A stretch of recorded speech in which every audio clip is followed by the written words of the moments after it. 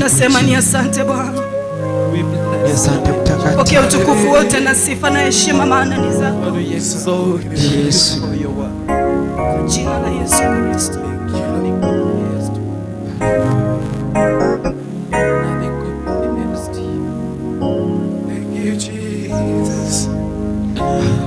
You're so gracious and you're so marvelous.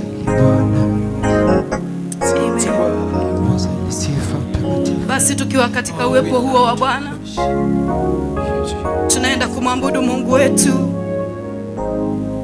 anayestahili kuabudiwa. Tutaenda kumwambia asubuhi ya leo akatukumbuke, maana pasipo kukumbukwa na Mungu wapendwa, hatutatoboa katika safari ya mbinguni.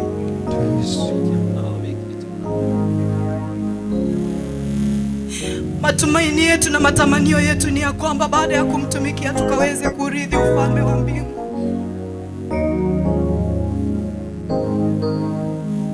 Mali mtumishi wa Mungu amemalizia Wakorintho wa kwanza 9:27. Paulo anasema ya kwamba anautesa mwili wake ili kusudi ya kwamba baada ya kuwahubiria wengine asiwe wa kukataliwa.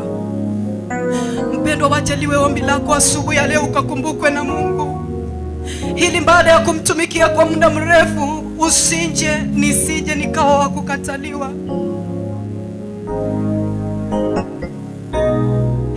Nataka ukamwambie Mungu akakukumbuke asubuhi ya leo, akukumbuke, akujalie neema yake, akukumbuke, akujalie kibali, akukumbuke, akujalie Roho wake Mtakatifu akakuongoze.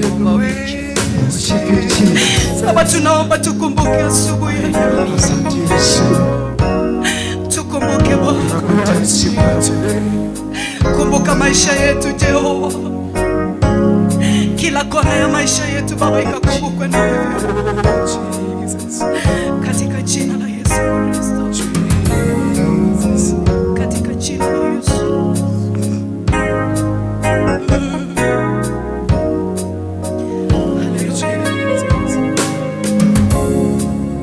Unikumbuke Baba, unapowazuru wengine, naomba unikumbuke, usinipite Yesu.